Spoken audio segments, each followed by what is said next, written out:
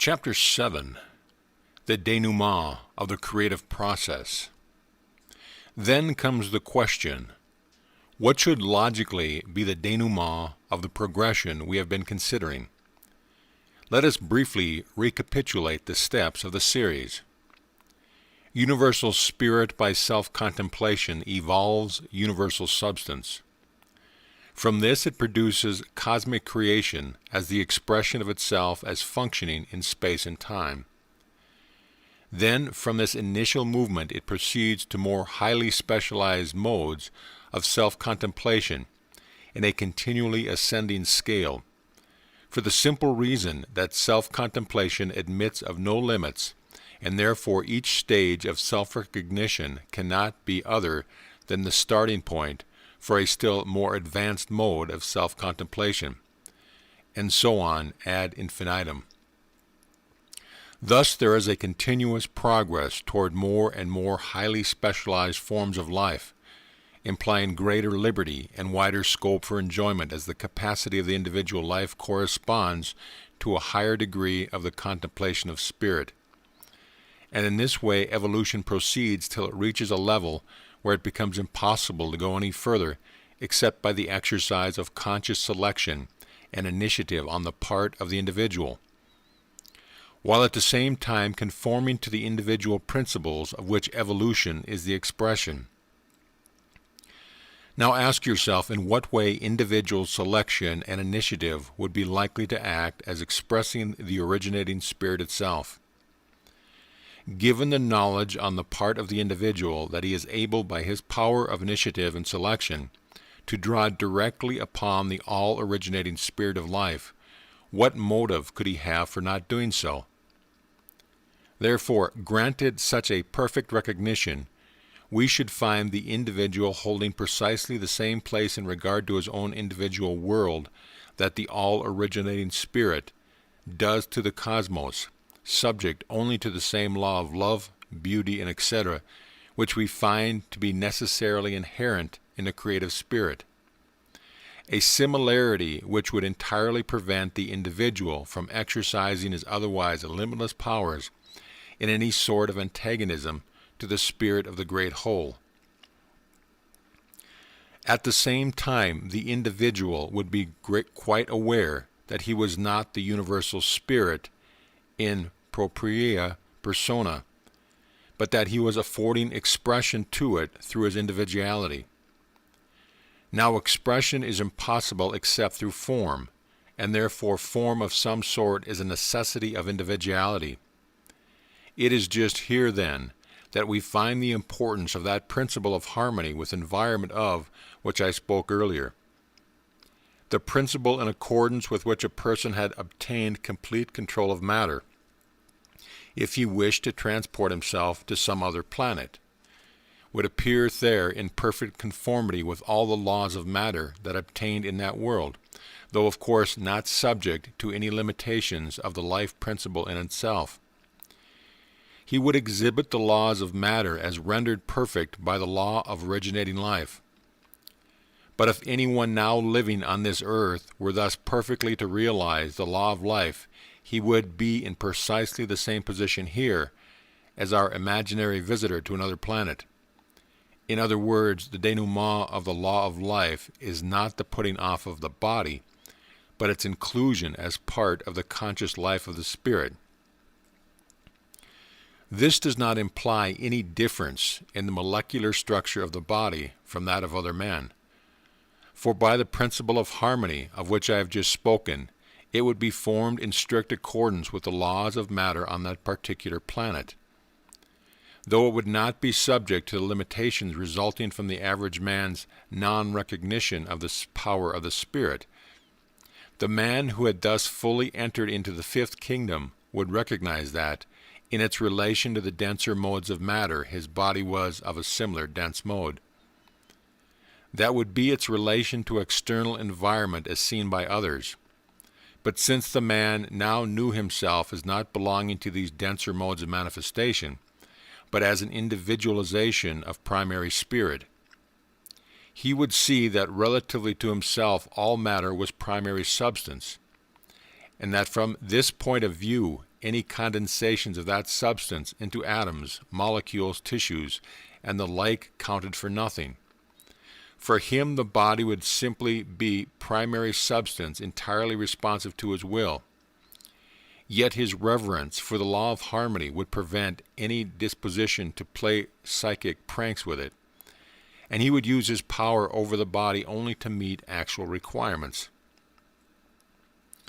In this way, then, we are led to the conclusion that eternal life in an immortal physical body is the logical denouement of our evolution.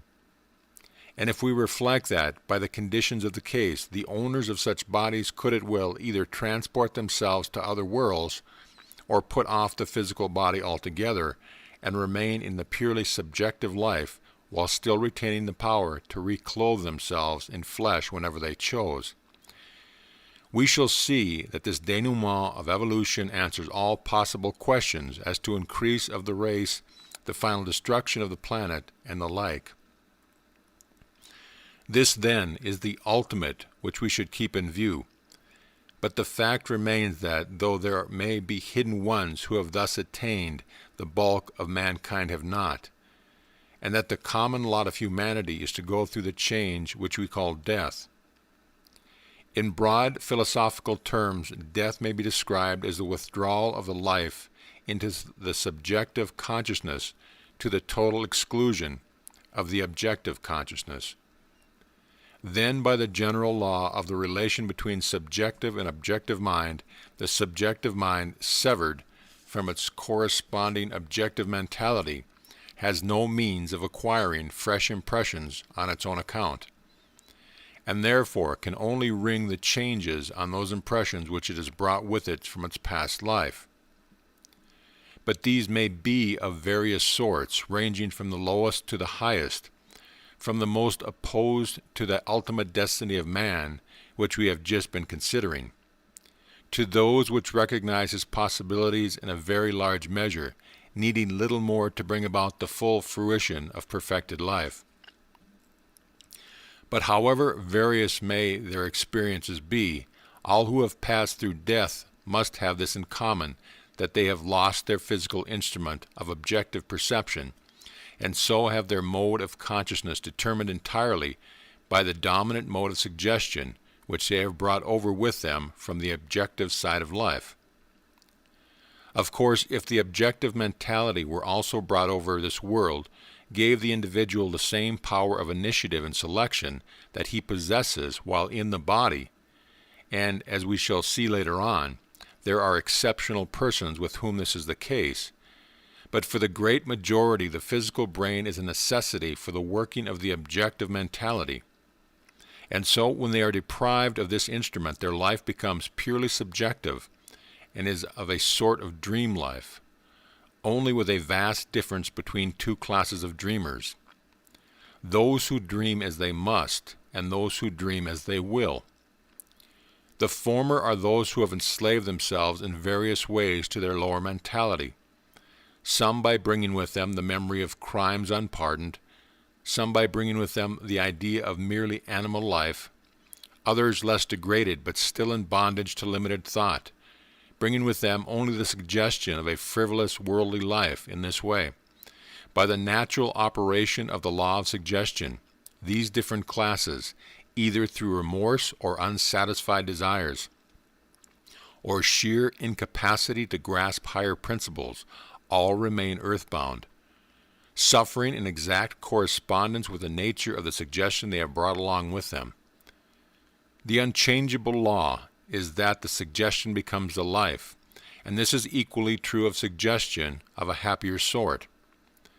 Those who have brought over with them the great truth that conditions are the creations of thought, and who have accustomed themselves while in objective life to dwell on good and beautiful ideas, are still able, by reason of being imbued with the suggestion, to mold the conditions of their consciousness in the subjective world in accordance with a sort of ideas which have become second nature to them. Within the limits of these ideas, the dominant suggestion to these entities is that of a law which confesses and confers liberty. So by using this law of the constructive power of thought, they can determine the conditions of their own consciousness. And thus, instead of being compelled to suffer the nightmare dreams of the other class, they can mold their dreams according to their will. We cannot conceive of such a life as theirs in the unseen as otherwise than happy. Nevertheless, its range is limited by the range of the conceptions they have brought with them. These may be exceedingly beautiful and thoroughly true and logical as far as they go, but they do not go the whole way. Otherwise, these spirits would not be in the category which we are considering, but would belong to that still higher class who fully realizes the ultimate possibilities which the law of the expression of spirit provides. The otherwise happy subjective life of these more enlightened souls has this radical defect that they have failed to bring over with them that power of original selection and initiative without which further progress is impossible. I wish the student to grasp this point very clearly, for it is of the utmost importance. Of course, the basis of our further evolution is conformity to the harmonious nature of the originating spirit. But upon this foundation we each have to build up the superstructure of our own individuality, and every step of advance depends on our personal development of power to take that step. This is what is meant by taking an initiative. It is making a new departure, not merely recombing the old things into fresh groupings, still subject to the old laws, but introducing an entirely new element which will bring its own new law along with it. Now, if this is the true meaning of initiative, then that is just the power which these otherwise happy souls do not possess. For by the very conditions of the case they are living only in their subjective consciousness, and consequently are living by the law of subjective mind. And one of the chief characteristics of subjective mind is its incapacity to reason inductively, and therefore its inability to make the selection and take the initiative necessary to inaugurate a new departure. The well-established facts of mental law show conclusively that subjective mind argues only deductively. It argues quite correctly from any given premise, but it cannot take the initiative in selecting the premise. That is the province of inductive reasoning, which is essentially the function of the objective mind. But by the law of autosuggestion, this discarnate individual has brought over his premise with him, which premises are the sum total of his inductions made during objective life. The conception of things which he held at the time he passed over, for this constituted his idea of truth. Now he cannot add to these inductions, for he has parted with his instrument for inductive reasoning, and therefore his deductive reasoning in the purely subjective state which he has now entered is necessarily limited to the consequences which may be deducted from the premise which he has brought along with him. In the case of highly developed individualities, we are now considering the premise thus brought over are very far-reaching and beautiful character, and consequently the range of their subjective life is correspondingly wide and beautiful. But, nevertheless, it is subject to the radical defect that it is debarred from further progress for the simple reason that the individual has not brought over with him the mental faculty which can impress his subjective entity with the requisite forward movement for making a new departure into a new order. And moreover, the higher the subjective development with which the individual passed over, the more likely he will be able to realize this defect. If during earth life he had gained sufficient knowledge of these things, he will carry with him the knowledge that his discarnate existence is purely subjective, and therefore he will realize that. However, he may be able to order the pictures of his dreams, yet it is still but a dream, and in common with all other dreams lacks the basis of solidity from which to take really creative action. He knows also that the condition of other discarnate individualities is similar to his own, and that consequently each one must necessarily live in a world apart, a world of his own creation, because none of them possess the objective mentality by which to direct their subjective currents so as to make them penetrate into the sphere of another subjective entity, which is the modus operandi of telepathy. Thus he is conscious of his own inability to hold intercourse with other personalities, for though he may for his own pleasure create the semblance of them in his dream life, yet he knows that these are creations of his own mind, and that while he appears to be conversing with a friend amid the most lovely surroundings, the friend himself may be having experiences of a very different description. I am, of course, speaking now of persons who have passed over in a very high state of development, and with a very considerable, though still imperfect, knowledge of the law of their own being. Probably the majority take their dream life for an external reality, and in any case, all who have passed over without carrying their objective mentality along with them must be shut up in their individual subjective spheres and cease to function as centers of creative power so long as they do not emerge from that state. But the highly advanced individuals of whom I am now speaking have passed over with a true knowledge of the law of the relation between the subjective and objective mind, and have therefore brought with them a subjective knowledge of this truth. And therefore, however otherwise in a certain sense happy, they must still be conscious of a fundamental limitation which prevents their further advance. And this consciousness can produce only one result, an ever-growing longing for the removal of this limitation. And this represents the intense desire of the spirit, as individualized in these souls, to attain to the condition under which it can freely exercise its creative power. Subconsciously, this is the desire of all souls, for it is that continual pressing forward of the spirit for the manifestation out of which the whole creative process arises. And so it is the great cry perpetually ascends to God from all as yet undelivered souls, whether in or out of the body, for the deliverance which they knowingly or unknowingly desire. All this comes out of the well-ascertained facts of the law of relation between subjective and objective mind. Then comes the question, is there no way of getting out of this law?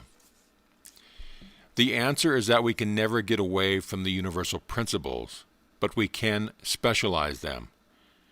We may take it as an axiom that any law which appears to limit us contains in itself the principle by which the limitations can be overcome, just as in the case of the flotation of iron. In this axiom, then, we shall find the clue which will bring us out of the labyrinth. The same law which places various degrees of limitation upon the souls that have passed into the invisible can be so applied as to set them free. We have seen that everything turns on the obligation of our subjective part to act within the limits of the suggestion which has been most deeply impressed upon it. Then why not impress upon it the suggestion that in passing over to the other side, it has brought its objective mentality along with it? If such a suggestion were effectively impressed upon our subjective mind, then by the fundamental law of our nature our subjective mind would act in strict accordance with this suggestion, with the result that the objective mind would no longer be separated from it, and that we could carry with us into the unseen our whole mentality, both subjective and objective, and so be able to exercise our inductive powers of selection and initiative as well there as here. Why not? The answer is that we cannot accept any suggestion unless we believe it to be true. And to believe it to be true, we must feel that we have a solid foundation for our belief. If then we can find a sufficient foundation for adequately impressing this suggestion upon ourselves, then the principles of mental law assure us that we shall carry our objective faculty of initiative and selecting into the unseen. Therefore, our quest is to find this foundation. Then, since we cannot accept as true what we believe to be contrary to the ultimate law of the universe, if we are to find such a foundation at all, it must be within that law. And it is for this reason that I have laid so much stress upon the normal standard of human individuality. When we are convinced that this ideal completeness is quite normal, and is a spiritual fact, not dependent upon the body, but able to control the body, then we have got the solid basis on which to carry our objective personality along with us into the unseen. And the well-established laws of our mental constitution justify the belief that we can do so. From these considerations, it is obvious that those who thus pass over in possession of their complete mentality must be in a very different position from those who pass into a condition of merely subjective life, for they have brought their powers of selection and initiative with them, and can therefore employ their experiences in the unseen as a starting point for still further development. So then the question arises, what lines will this further development be likely to follow? We are now considering the case of persons who have reached a very high degree of development, who have succeeded in so completely uniting the subjective and objective portions of their spiritual being into a perfect whole that they can never again be severed, and who are therefore able to function with their whole consciousness on the spiritual plane. Such persons will doubtless be well aware that they have attained this degree of development by the law of the creative process working in terms of their own individuality.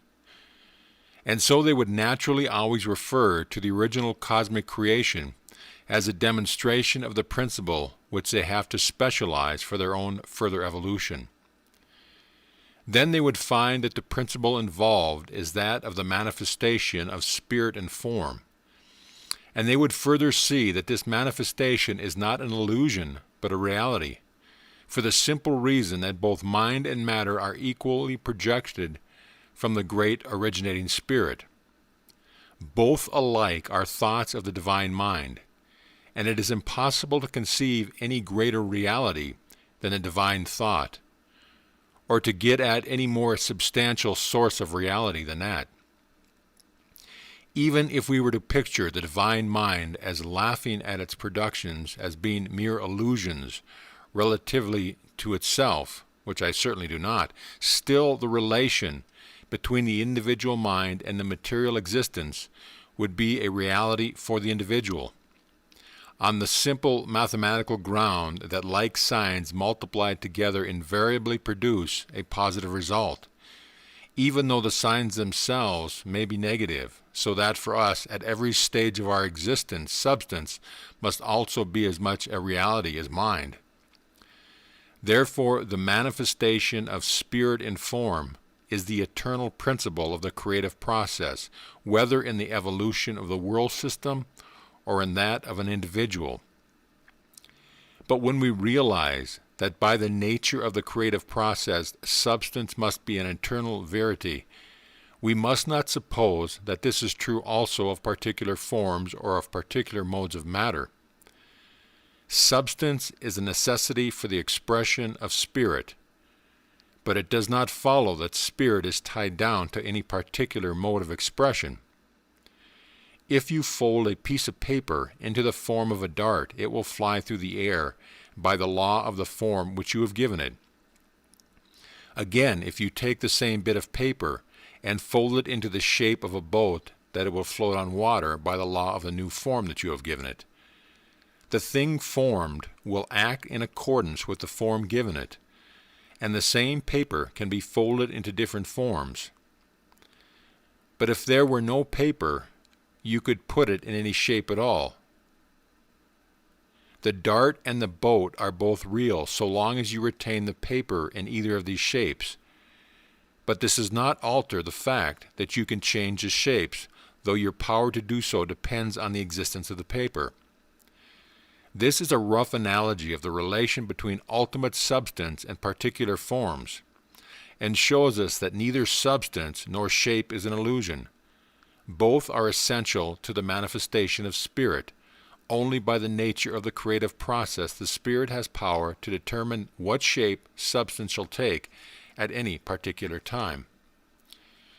Accordingly, we find the great law that as Spirit is the alpha of the creative process, so solid material form is its omega. In other words, the creative series is incomplete until solid material form is reached. Anything short of this is a condition of incompleteness, and therefore the enlightened souls who have passed over in possession of both sides of the mentality will realize that their condition, however beatific, is still one of incompleteness. And then what is wanted for completion is expression through a material body. This then is the direction in which souls would use their powers of initiative and selection as being the true line of evolution. In a word, they would realize that the principle of creative progression, when it reaches the level of fully developed mental man, necessarily implies the resurrection of the body, and that anything short of this would be retrogression and not progress. At the same time, persons who had passed ever with this knowledge would never suppose the resurrection meant merely the resuscitation of the old body under the old conditions. For they would see that the same inherent law which makes expression in concrete substance the ultimate of the creative series also makes this ultimate form depend on the originating movement of the Spirit which produces it, and therefore that, although some concrete form is essential for complete manifestation, and is a substantial reality so long as it is maintained, yet the maintaining of the particular form is entirely dependent on the action of the Spirit, of which the form is the external clothing. This resurrection body would therefore be no mere illusory spirit shape, yet it would not be subject to the limitations of matter as we know it. It would be physical matter still, but entirely subject to the will of the indwelling Spirit, which would not regard the denser atomic relations of the body, but only its absolute and essential nature as primary substance.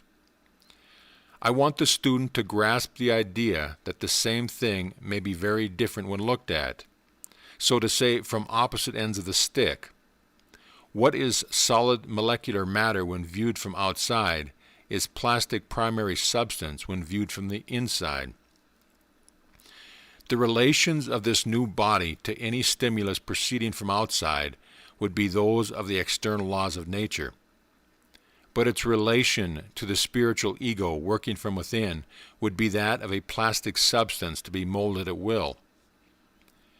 The employment of such power would, however, at all times be based upon the reverent worship of the all-creating Spirit, and it would therefore never be exercised otherwise than in accordance with the harmonious progress of the creative Spirit. Preceding on these lines, the Spirit in the individual would stand in precisely the same relation to his body that the all-originating Spirit does to the cosmos. This, then, is the sort of body which the instructed would contemplate as that in which he was to attain resurrection.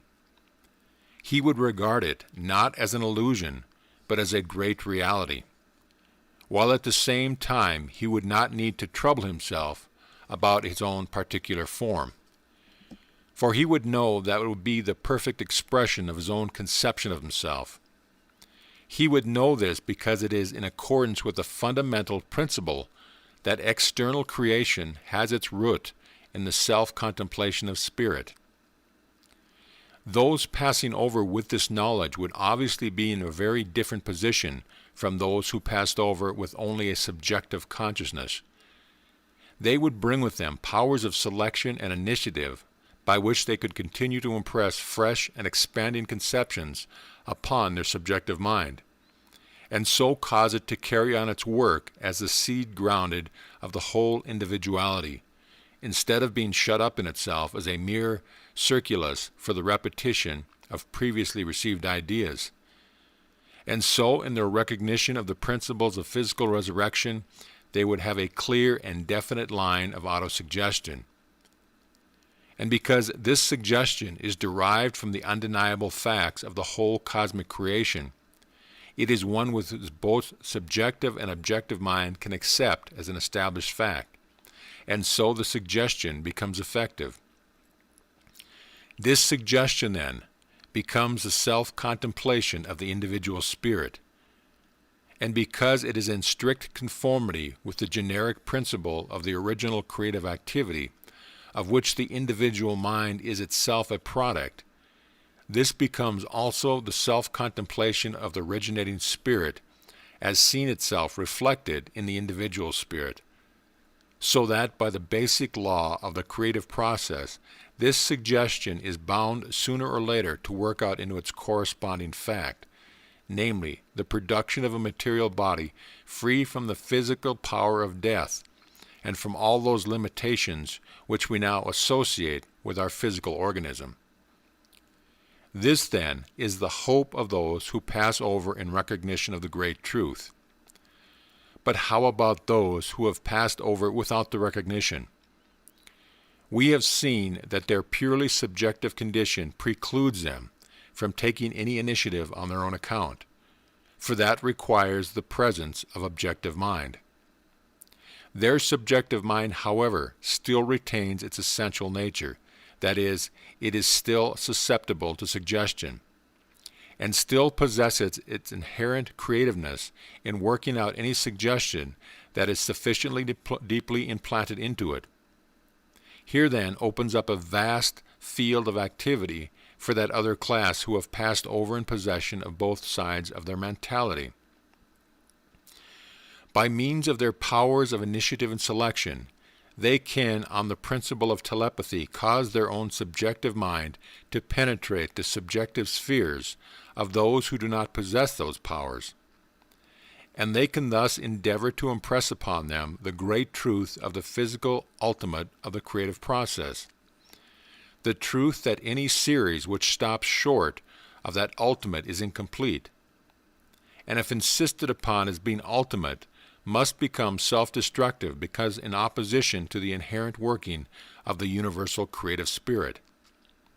Then, as the perception of the true nature of the creative process dawned upon any subjective entity, it would, by reason of accepting the suggestion, begin to develop an objective mentality, and so would gradually attain to the same status as those who had passed over in full possession of all their mental powers. But the more the objective mentality becomes developed in those discarnate personalities, the more the need of a corresponding physical instrument would assert itself, both from their intellectual perception of the original cosmic process and also from the inherent energy of the spirit as centered in the ultimate ego of the individual. Not to seek material manifestation would be the contrary of all we have traced out regarding the nature of the creative process, and hence the law of tendency resulting from the conscious union of subjective and objective mind in the individual must necessarily be toward the production of a physical form. Only we must recollect, as I have already pointed out, that this concentration of these minds would be upon a principle and not upon a particular bodily shape. The particular form they would be content to leave to the inherent self-expressiveness of the universal spirit working through the particular ego, with the result that their expectation would be fixed upon a general principle of physical resurrection, which would provide a form suited to be the material instrument of the highest ideal of man as a spiritual and mental being. Then, since the subjective mind is the automatic builder of the body, the result of the individual's acceptance of the resurrection principle must be that this mental conception will eventually work out as a corresponding fact. Whether on this planet or on some other matters not. For as we have already seen, the physical body evolved by a soul that is conscious of its unity with the universal spirit is bound to be in conformity with the physical laws of any planet, though from the standpoint of the conscious ego not limited by them. In this way, we may conceive that those who have passed over in possession of both sides of their spiritual nature would find a glorious field of usefulness in the unseen in helping to emancipate those who had passed over in possession of their subjective side only. But from our present analysis, it will be seen that this can only be effected on the basis of recognition of the principle of the resurrection of the body. Apart from the recognition of this principle, the only possible conception which the discarnate individual could form of himself would be that of a purely subjective being, and this carries with it all the limitations of a subjective life unbalanced by an objective one.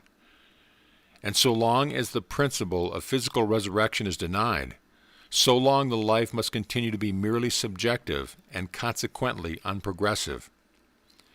This view, it may be remarked, is not necessarily incompatible with the conception of reincarnation, on which theory the final resurrection or transmutation of the body would terminate the series of successive lives and death, thus bringing the individual out of the cycle of generation, which is the circle of karma.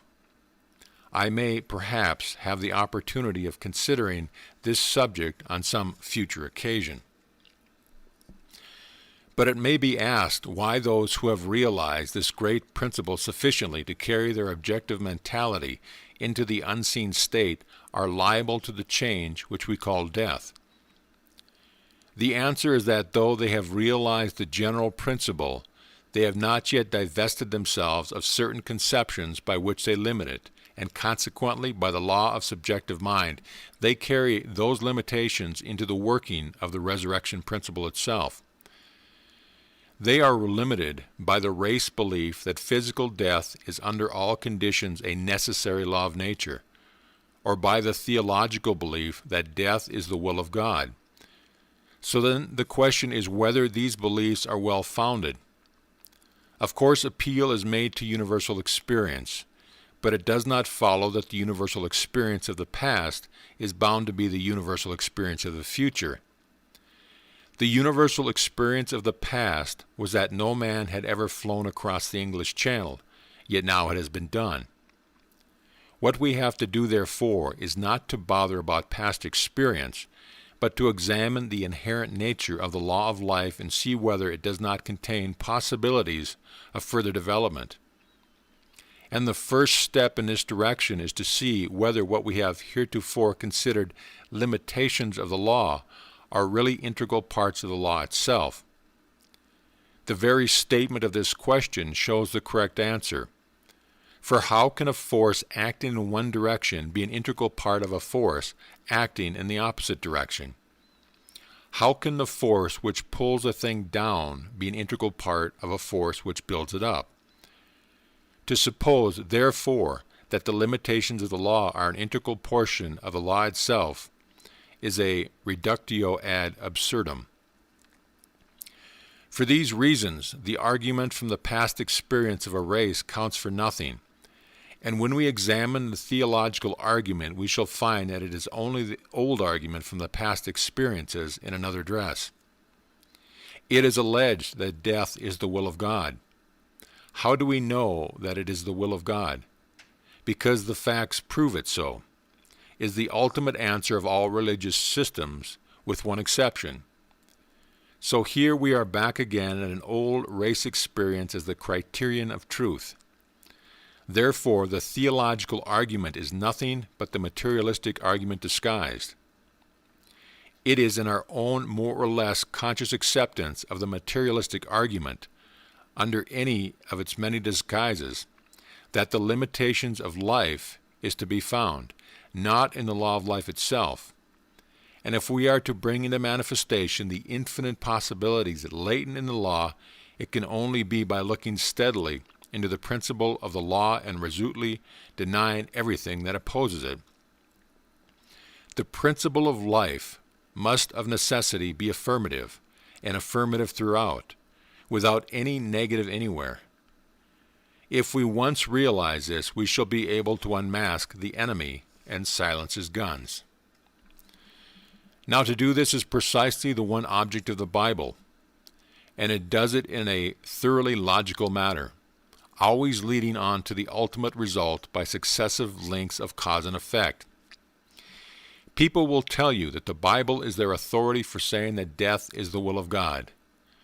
But these are people who read it carelessly, and ultimately the only reason they can give you for their manner of interpreting the Bible is that the facts prove their interpretations to be correct. So that in the last resort you will always find you have got back to the old materialistic argument from past race experience, which logically proves nothing. These are good, well-meaning people with a limited idea which they have read into the Bible, and so limit its promises by making physical death an essential preliminary to resurrection. They grasp, of course, the great central idea that perfected man possesses a joyous, immortal, life-permeating spirit, soul, and body. But they relegate it to some dim and distant future, entirely disconnected from the present law of our being, not seeing that if we are to have eternal life, it must necessarily be involved in some principle which is eternal, and therefore existing, at any rate latently, at the present moment. Hence, though their fundamental principle is true, they are all the time mentally limiting it, with the result that they themselves create the conditions they impose upon it, and consequently the principle will work, as principles always do, in accordance with the conditions provided for its action.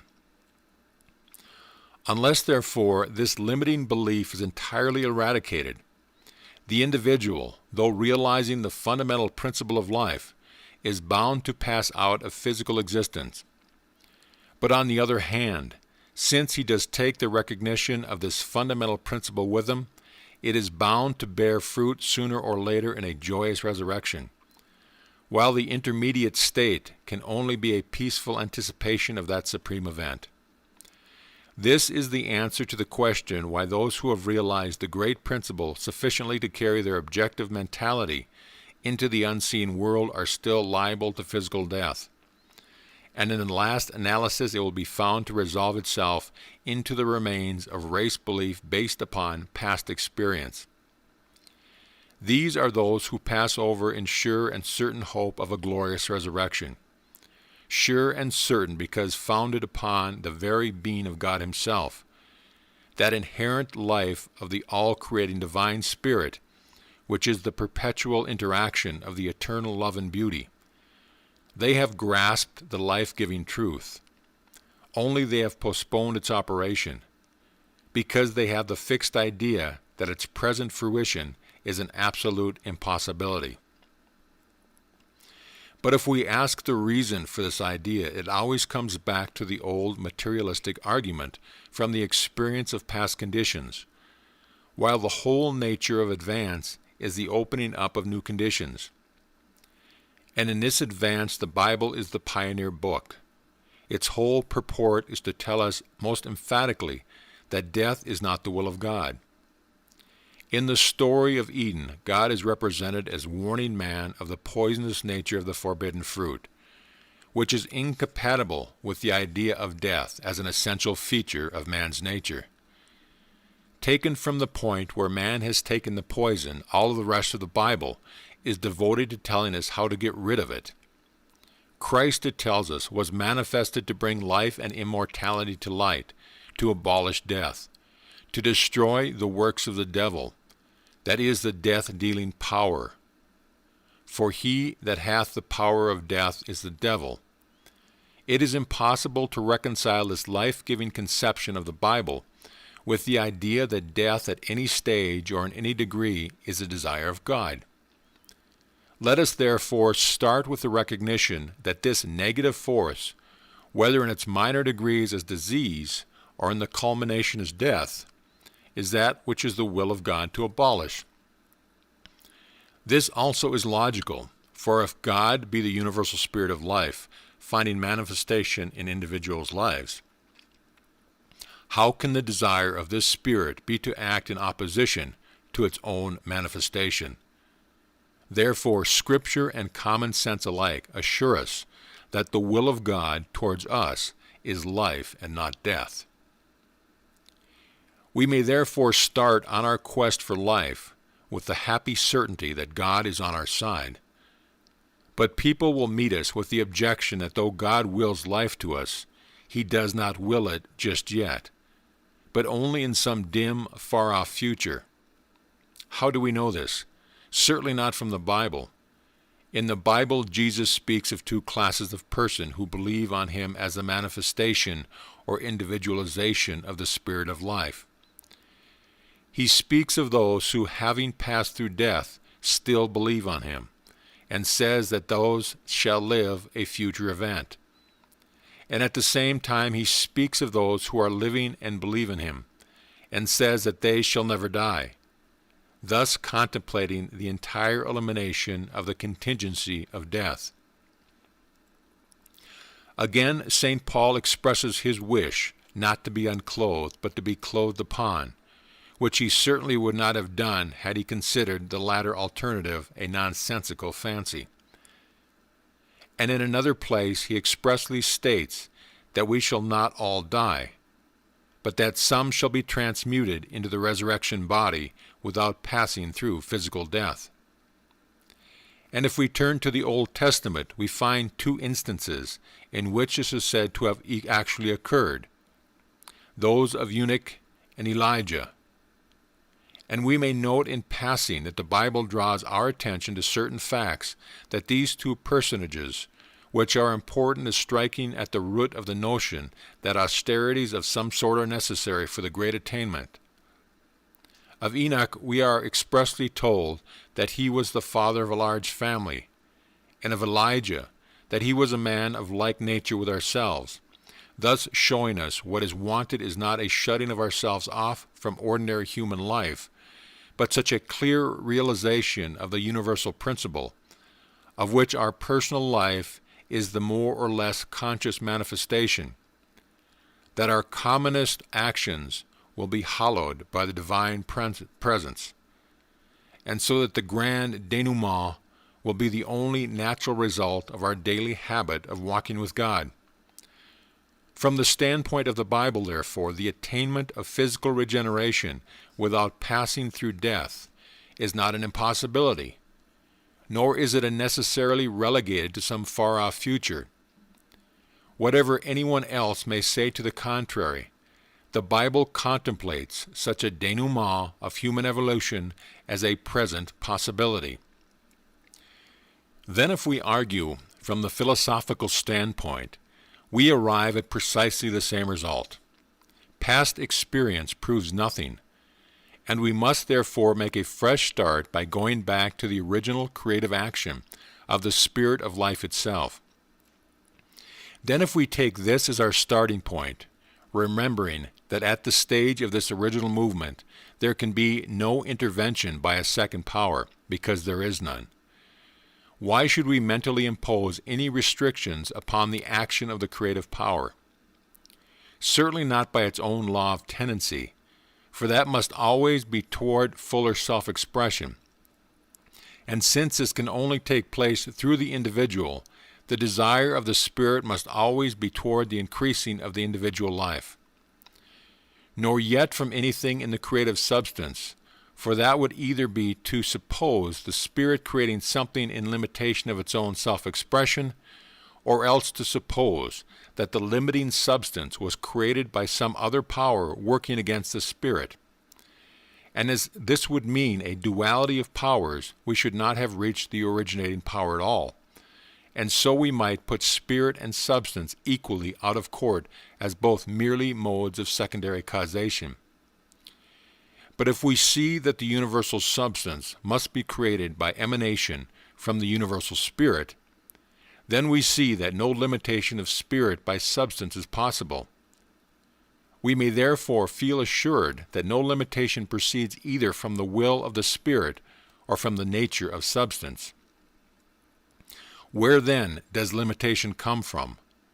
Limiting conditions are created by the same power which creates everything else, namely the self-contemplation of spirit.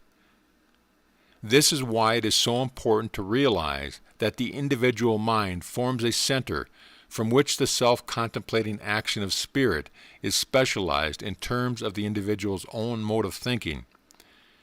And therefore, so long as the individual contemplates negative conditions as being of the essence of his own personality, he is in effect employing the creative power of the self-contemplation of spirit inadvertently, destructively instead of constructively.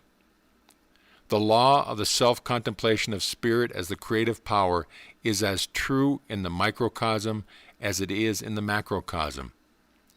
And so the individual's contemplation of himself as subject to the law of sin and death keeps him subject to that law. While the opposite self-contemplation, the contemplation of himself as rejoicing in the life of the Spirit, the perfect law of liberty must necessarily produce the opposite results. Why then should not regeneration be accomplished here and now? I can see no reason against it, either scriptural or philosophical, except our own difficulty in getting rid of the race traditions which are so deeply embedded in our subjective minds. To get rid of these, we require a firm basis on which to receive the opposite suggestion. We need to be convinced that our ideal of a regenerated self is in accord with the normal standard of humanity and is within the scope of the laws of the universe. Now, to make clear to us the infinitude of the truly normal standard of humanity is the whole purpose of the Bible. And the manifestation of this standard is set before us in the central personality of the Scripture, who is at once the Son of God and the Son of Man, the great exception, if you will, to man as we know him now, but the exception which proves the rule. In proportion as we begin to realize this, we begin to introduce ourselves into our own life the action of that personal factor on which all further development depends. And when our recognition is complete, we shall find that we also are children of God.